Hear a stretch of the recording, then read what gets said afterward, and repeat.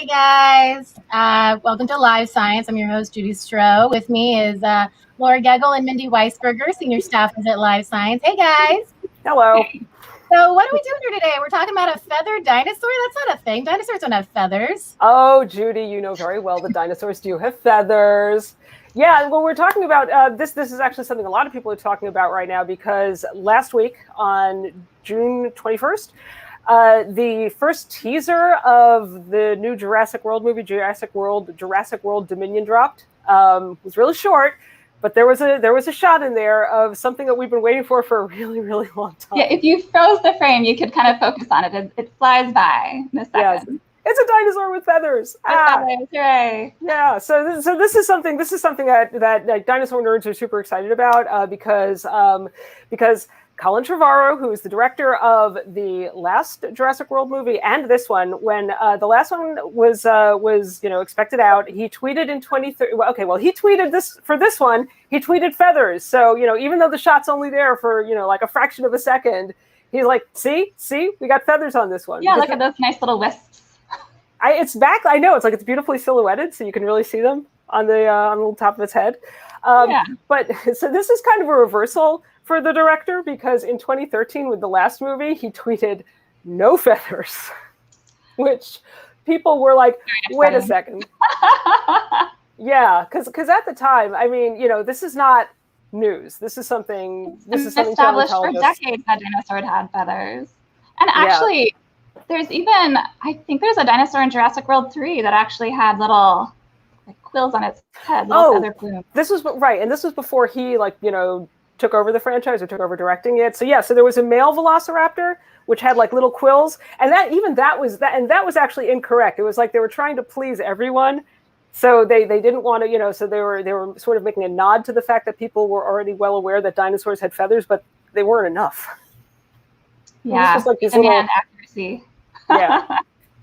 Yeah. So, but of course, like Laura, as you were saying, paleontologists, and this is something that there has been evidence, very strong evidence that not just one species of dinosaurs, but many species of dinosaurs had feathers. Yeah, there's been hard evidence of feathers on dinosaurs going back to at least the 1990s, and we have some actually gorgeous images, not only of artist renderings, but also of fossils themselves. Look at those amazing fossilized feathers on this specimen. That's incredible. Kind of like a duck-sized dinosaur from the Jurassic period. And actually the containers and the feathers that hold the pigment were preserved in this fossil. And they could actually tell that the feathers were iridescent. So it's like a nice little rainbow dinosaur from the Jurassic period. That's so incredible. I mean, just the fact that feathers could be preserved in the fossil record at all is kind of amazing because, I mean, obviously the fossilization process is something that's usually not kind to soft tissue. Yeah, I mean, it's like a perfect storm is needed to preserve not just fossils, but very delicate feathers, which are soft tissues and don't typically fossilize. I mean, you need the animal to be buried immediately. It's better if it's in a low oxygen environment so that microbes can't eat away at the remains, and so scavengers can't find it and chomp it up before it can fossilize. There's just a whole host of factors. It's really rare to find feathers in fossils.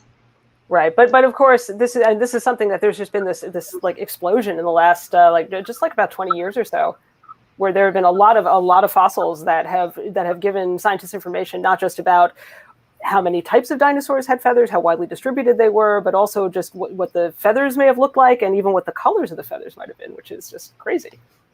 Yeah, didn't you cover a story about feathers captured in amber? There's so many ways they can be preserved. Yes, as a matter of fact, I did. So yes, there was actually a feather that was preserved in amber dating to about 99 million years ago. And what's amazing, you can actually see there's a little, you see the little box that's sort of pulled out from the feather, there was a tick holding onto the feather. So not only does this piece of amber, which came from Myanmar and was in a private collection in 2017, not only did this piece of amber have a feather from a dinosaur, but it actually preserved a parasite that was holding onto the feather. So this is just this amazing example, not just of feathers on dinosaurs, but also of the parasites that they may have had to be dealing with, as animals do and did.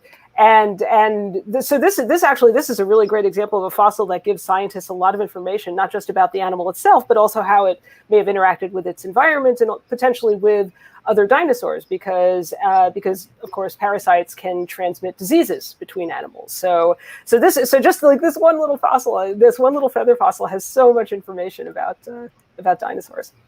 I love it. Nothing has changed. Pests have always bothered animals. For the era. Yeah. Also, feathers have evolved. They weren't always as complex as modern birds.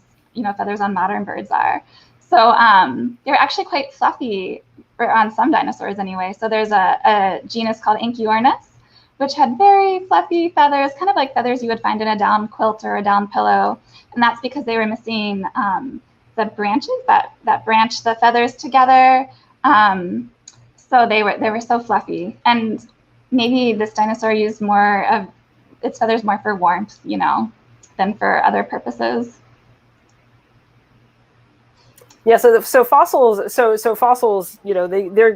they're really starting to provide just a whole range of information about dinosaurs that scientists didn't have before. And so there's the texture of feathers, but one of the other things that's preserved is the color. And so Laura, you mentioned you mentioned the rainbow colored yeah, they got to look at the dinosaur. melanosomes. Yeah, well, there's also there's another dinosaur called Microraptor. So melanosomes are these microscopic organelles that hold pigment.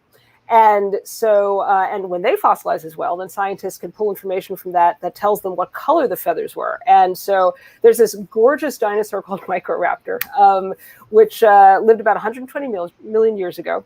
And so, and so not only were its feathers preserved, but these melanosomes also preserved color. So scientists were able to reconstruct the color and tell that it had feathers that were this gorgeous iridescent blue-black. So it may have looked like a crow or other blackbirds that are around today that have this this beautiful glossy blue-black sheen to their feathers, which is just amazing. Man, I would love to see that in the Dominion movie. CGI can pull that off these days, right? Yeah, sure. Well, I know it's like we're just getting this tiny glimpse now. So who knows what they have in store for us? But yeah. So feathers, feathers, and feathered dinosaurs were.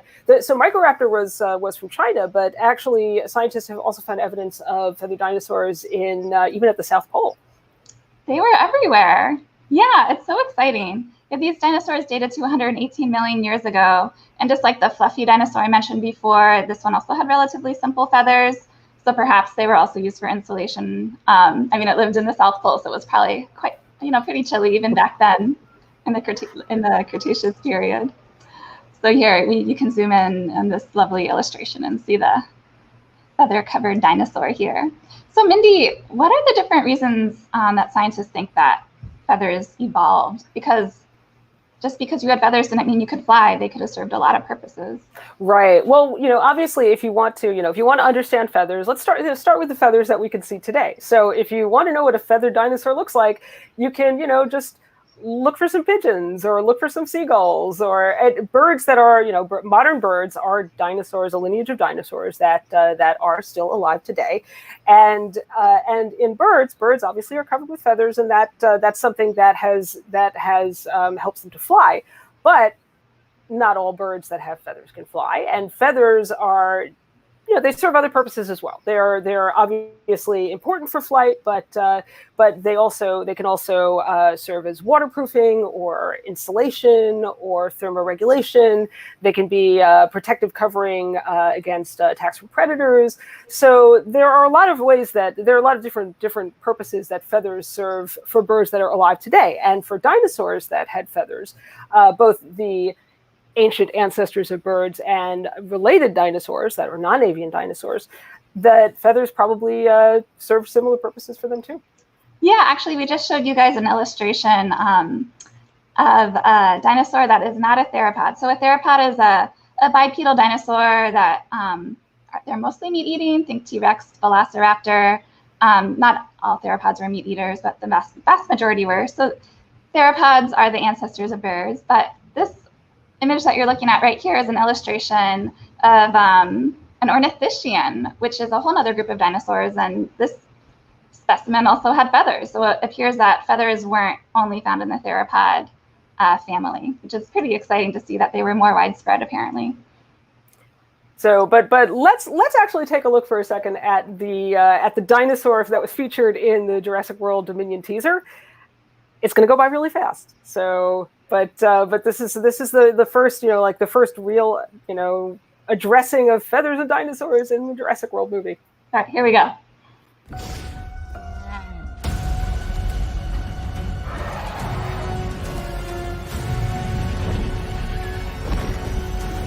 Jurassic World Dominion. Experience a special extended preview only on F9 and IMAX.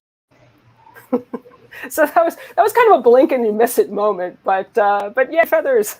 Here we are.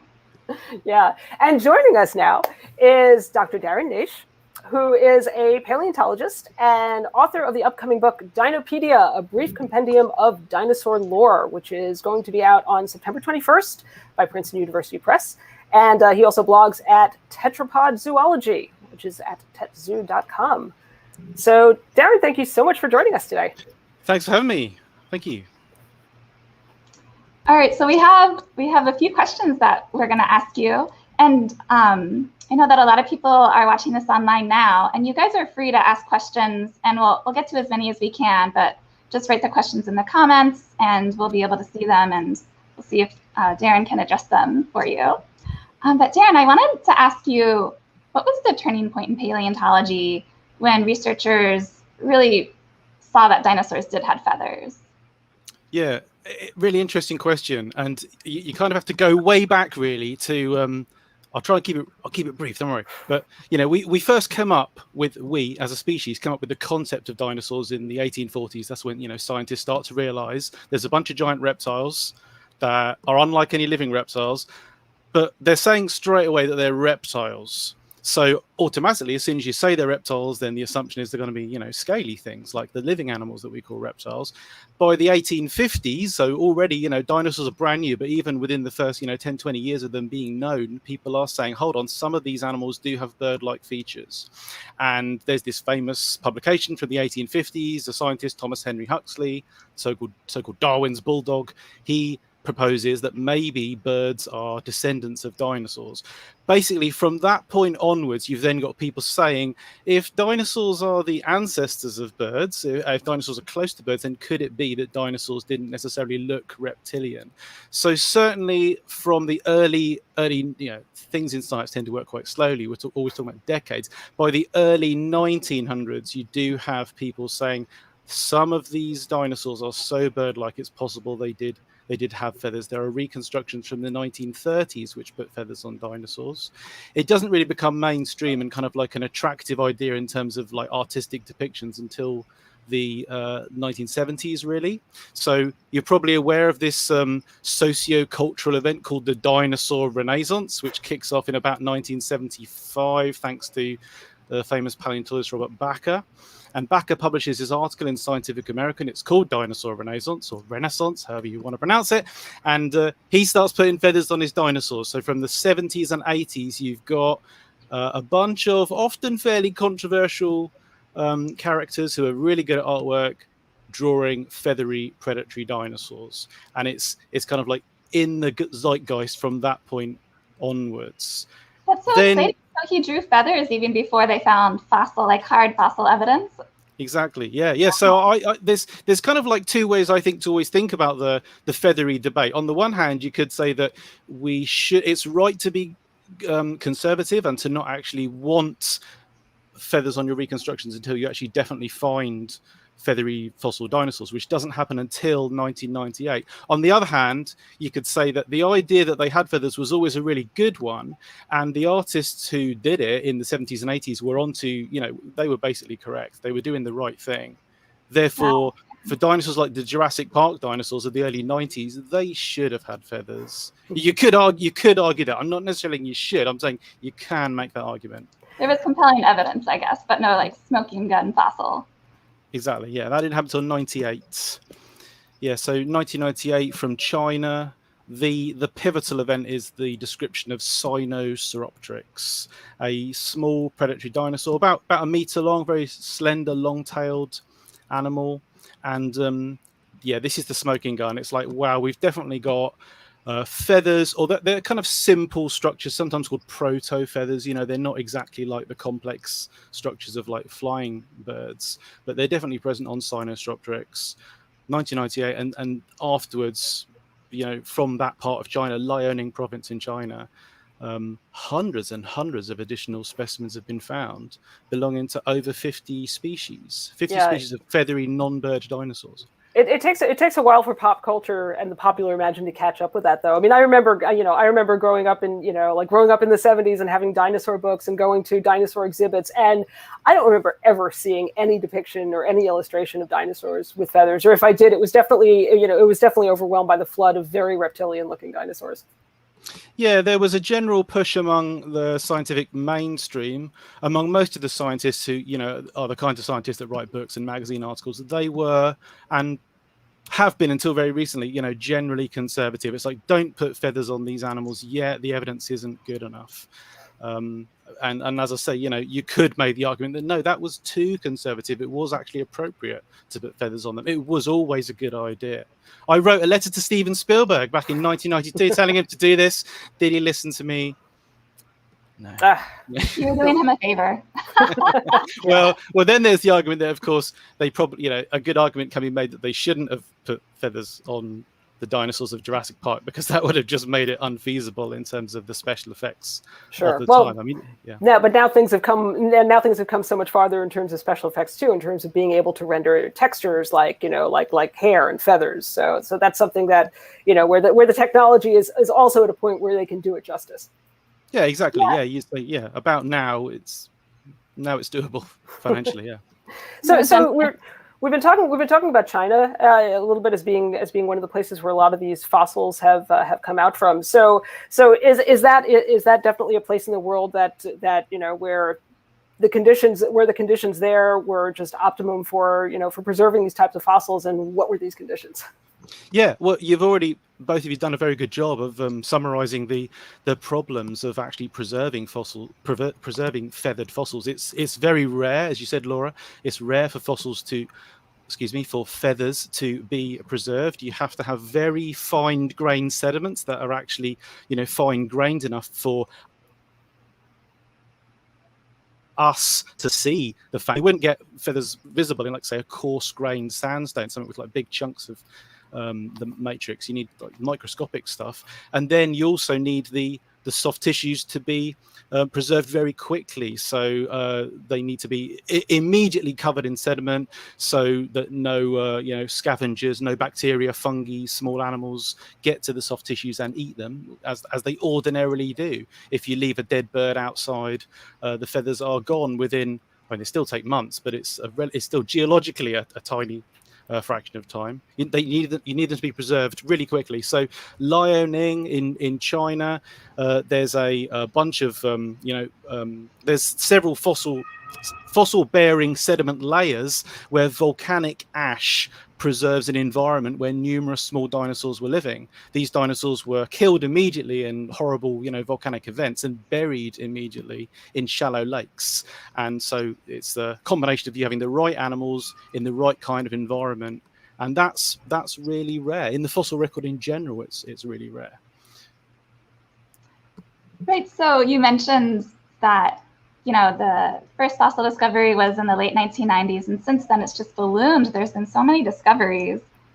Is there a favorite you would like to share with us?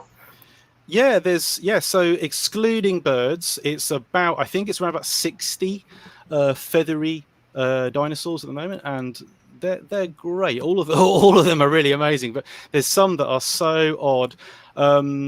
I like Kehong is on my list. That's the iridescent one that you showed earlier, the one that they know from the structure of the melanosomes, these little pigment packages preserved on the feathers of its neck and stuff, that it was iridescent. Possibly the actual melanosomes on Kehong are most like those of birds like hummingbirds and so on. So they think it could have had like purples and greens.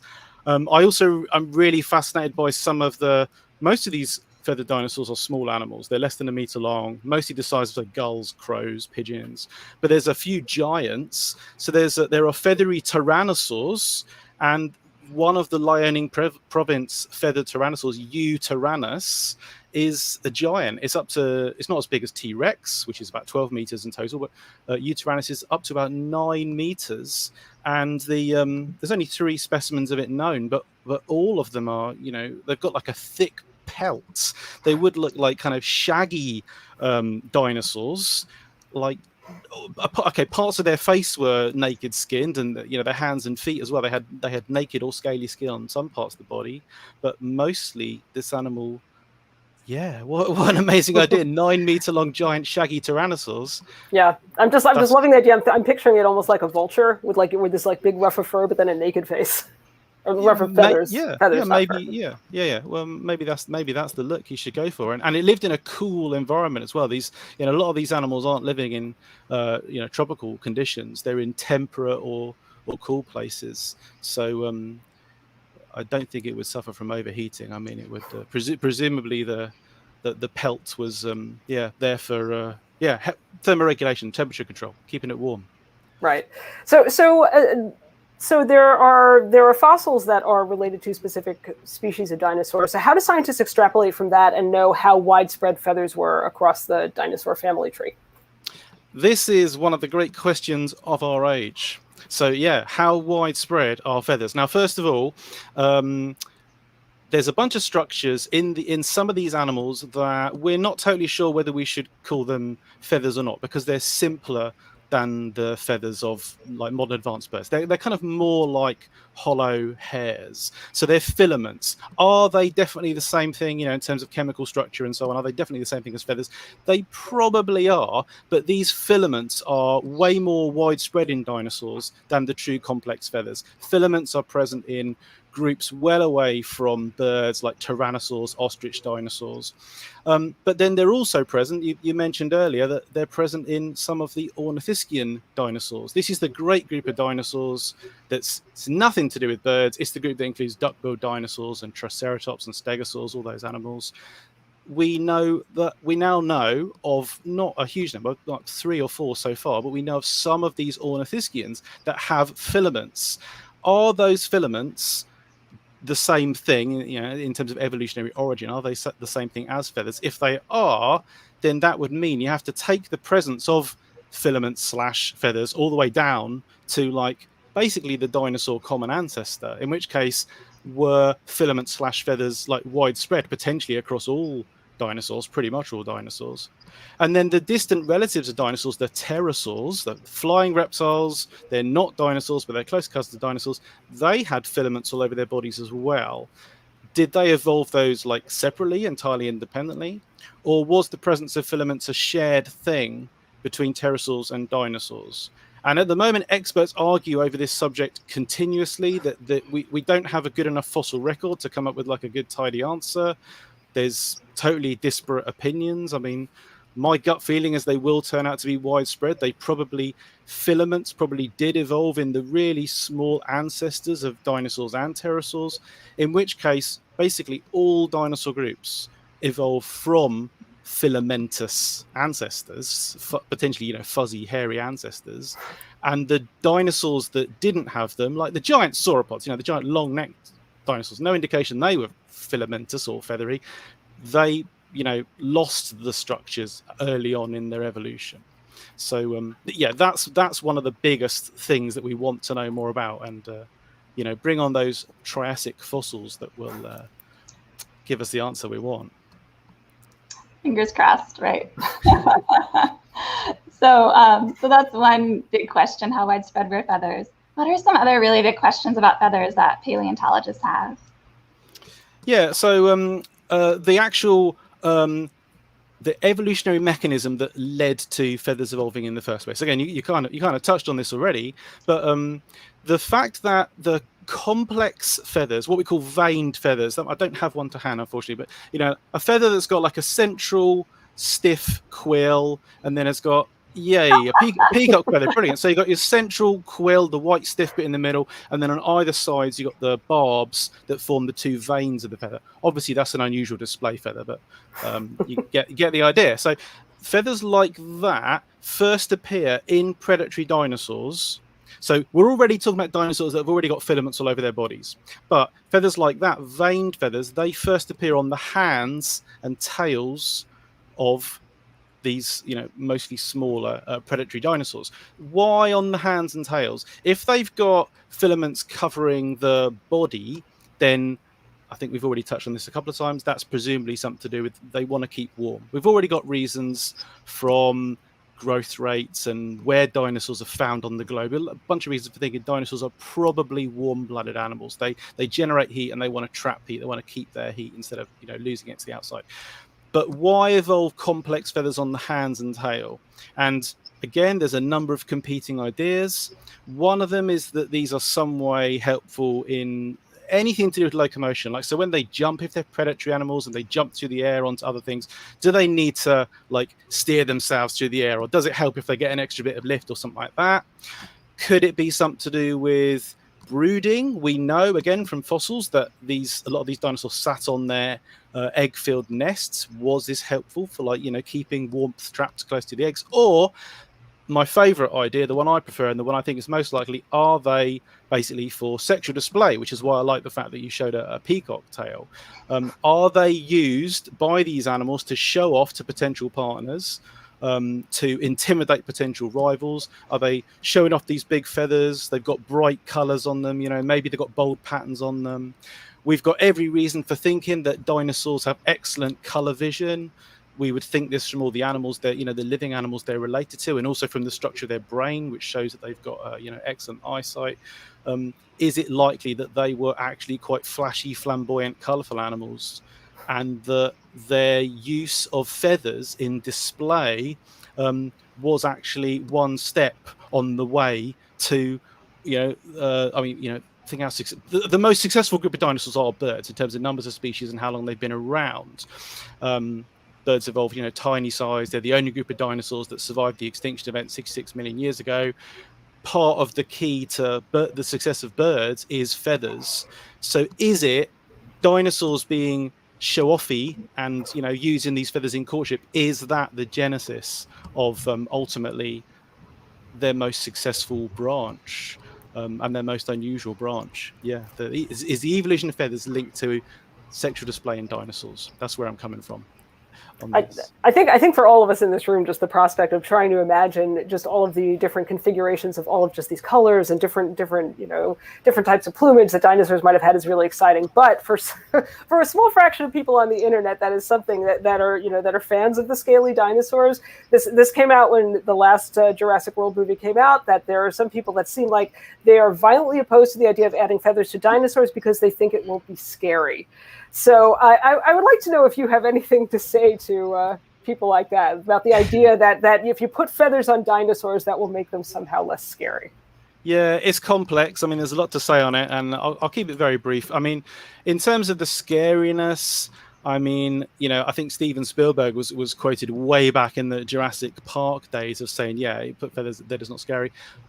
I think he was thinking of Big Bird or something. The argument that if you get to know hawks, eagles, cassowaries, I mean, I know a lot of people that have had close-up encounters with those animals and say they were more scary than the reptilian-looking Velociraptors of the Jurassic World franchise. So yeah, the scary argument isn't a good one.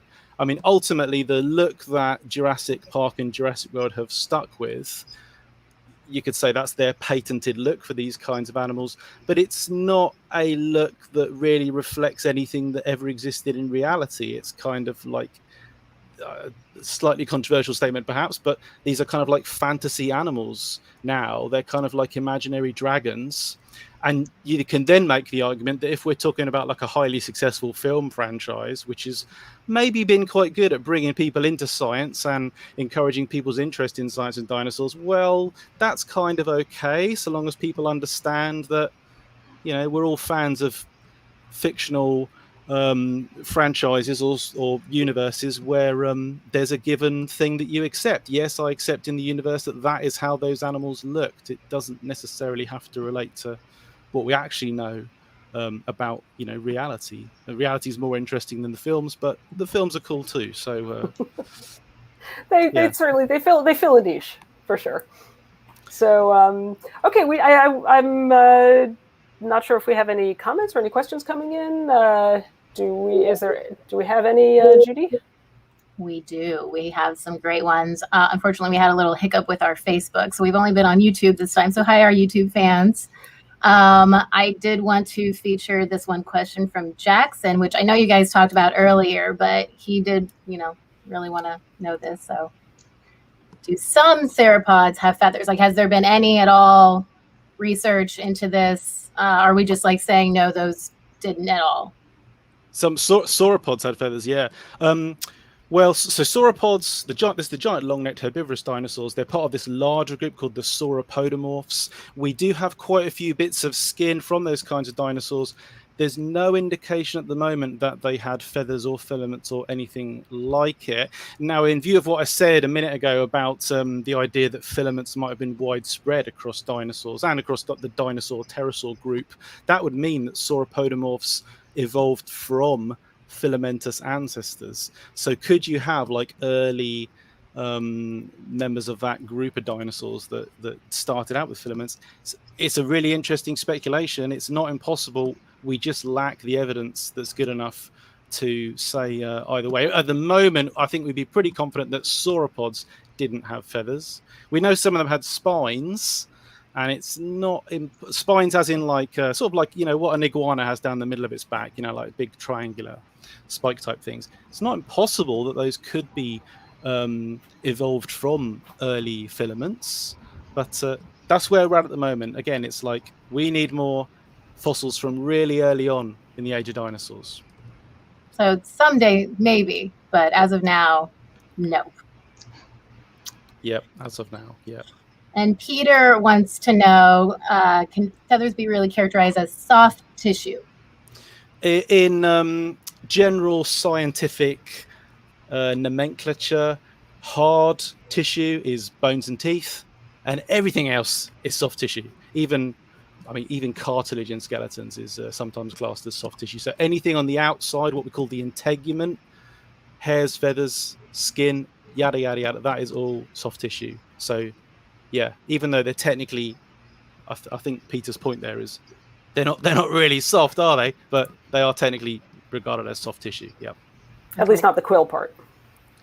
Yeah, that's right. Oh, and a really interesting thing. So you look at a bird's feet and it's covered in scales. Well, genetics shows that those are actually super modified feathers. So feathers can actually turn into structures that we call scales. The term scale doesn't really have any biological meaning. People have just applied it to numerous different structures that have got totally different evolutionary origins. I actually did not know that. Well, it makes you wonder about, we're talking about all these dinosaurs being scaly skinned, like say, Tyrannosaurus rex, a scaly skinned dinosaur. It's got these big scales on its feet. We think we actually know that some of those big theropod dinosaurs had those big scales. Are they also highly modified feathers? That is now totally on the table as a possibility. That's exciting. We have a question from MR. Didn't dinosaurs evolve, fly multiple times? Yeah. Yep. Mm-hmm. Yeah, good question. Yeah, at the moment we think that.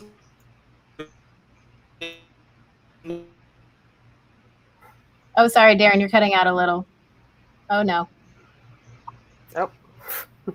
2021. This is what we do now. We have a frozen Darren. Hopefully he comes back. Mindy or Laura, do you guys touch on this? Did you write about this one, Laura? Was the question, did feathers evolve multiple times? No, this is about flight evolving. So it seemed like they're asking about the dinosaur. I think it's Yichi is how it's pronounced, the one that had the membrane wings. Did you write about that? Right. I didn't personally write about it. Yeah, that's the bat-like dinosaur that we have glided. I don't remember if they think it had power flight or not. I'll have to double check. But yeah, I think that flight I think it did evolve multiple times is because it was found in so many different species in different parts of the world. Right. Yeah. And that dinosaur in particular was tiny. It was, oh yeah, that was one of the smallest dinosaurs. Yeah. I guess you can't be heavy when you're flying. No, especially when you're one of the first animals that's kind of, that's making that first jump. Mm-hmm. Also, while we're waiting, if Darren can come back, I just want to hide this. I wanted to show this picture that we didn't get to of the wing.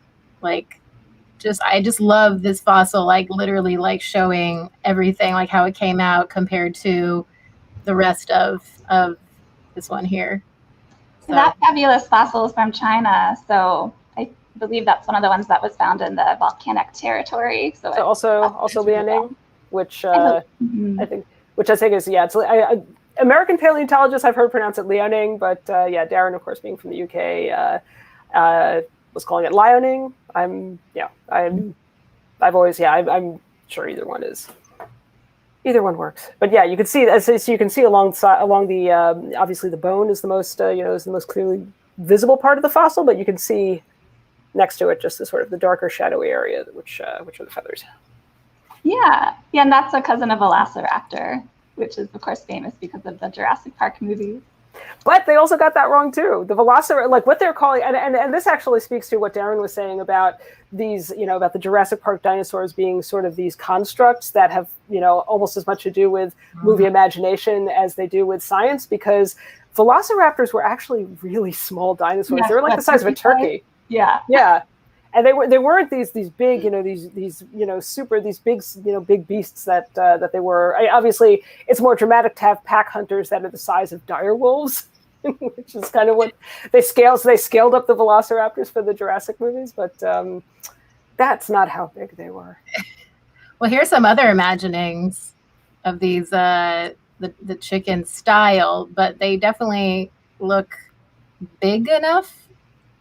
It's kind of hard to tell like scale with this stock footage, but I'm not sure what species this is supposed to be, just from the shape of the face. That's not. I mean, I don't think that's supposed to be a Velociraptor. They're theropods. I see it. I count them. Cute. They've got cute haircuts. Well, this is, and we were talking about this a little bit before, that this is actually something that's really encouraging to see. As Darren was saying, obviously, illustrators have been putting feathered dinosaurs out there for a very long time before that kind of became something popular, but it definitely wasn't common at all for a really long time. Like if we were looking for stock images of dinosaurs, all that you would find would be the scaly dinosaurs.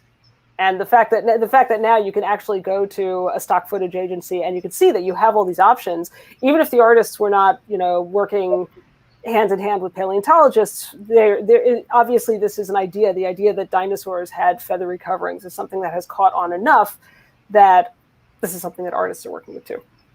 Yeah, Jackson also had another question. How did Velociraptor not get hot, even though it lived in a hot environment and has feathers? I'm not sure how to answer that question. Well, you can look at, the thing is that paleontologists look at, to understand certain aspects of dinosaur biology that aren't preserved in the fossil record, they look at related animals that are alive today. And obviously there are birds that live in hot environments that still have feathers. So thermoregulation is not just about keeping warm, it can also be about helping to disperse body heat. And so potentially that was Velociraptors' feathers were serving a similar purpose as are served by birds' feathers in hot environments today. Oh, and actually, I guess I should add, I know Darren called dinosaurs warm-blooded at one point. There's actually a debate going on right now about whether how warm-blooded they were, if they were completely or more mesothermic, which is kind of between cold-blooded and warm-blooded. So maybe they didn't quite have as high, or not all of them had quite as high body temperatures, and so the feathers would have helped when they needed it, possibly. Yeah, there's still a lot of conversation that's happening and a lot of debate about the specific aspects of dinosaur biology, because as much as you can look at modern analogs and apply that to extinct animals, obviously that can only take you so far. Yeah. We have a question from Max who asked, do hadrosaurs have feathers? So hadrosaurs are ornithischians. And we did mention that one specimen that had feathers. And I believe Darren said there were 3 or 4 others. I do not think that a Hadrosaur is among those, but I would have to double check. There have been some amazing. I really love duck-billed dinosaurs, and I would love it if they had feathers. I was just going to say, one of the most amazing examples of preserved dinosaur skin that I have ever seen was a hadrosaur skin. There was a mummified hadrosaur? Yeah. Oh, you saw that. Nice. Yeah. No, there were no signs of feathers. I'm sorry, no feathers, but the quality, the preservation, and the texture of the skin was actually just something that was pretty incredible. And I think for our last question, we're going to feature our one Facebook comment from our social media guru, from Diana. I can't pronounce that. Parasaurolophus. Sure. That's my favorite dinosaur name to say. Just I see what's happening here. This was a setup. So do they? Well, Parasaurolophus they're not theropods, so they are not in the group that is most known for feathers. The Parasaurolophus, they're hadrosaurs, right? Yeah, they're hadrosaurs. Yeah. Exactly. So again, that would fall into the same category that we were just talking about. This is a fun guess who game of is it a theropod? Feathers? No feathers. No feathers. And Gary made a funny comment, I'm guessing in regards to the soft tissue thing. But remember, our fingertips could be considered feathers, but not the bones underneath them. They say hard tissues is what I have. Not hard tissue, right? Well, fingernails are made of keratin, which is the same thing that is hair is made of, and feathers. Yeah. Yep, feathers are made of keratin too. So there you go. Feathers. Are we birds? Breaking news. That'd be nice to have feathers on our fingertips. That would be, just soft. All right. Well, I'm sorry we lost Darren, but yes, if you're interested in checking out his writing, you can catch him at he blogs at Tetrapod Zoology at tetsu.com, and his book Dinopedia: A Brief Compendium of Dinosaur Lore will be out on September 21st. Yay! So, all right, guys. Well, thanks for joining us, and we'll see you next time on Live Science. Bye. Thanks. Bye.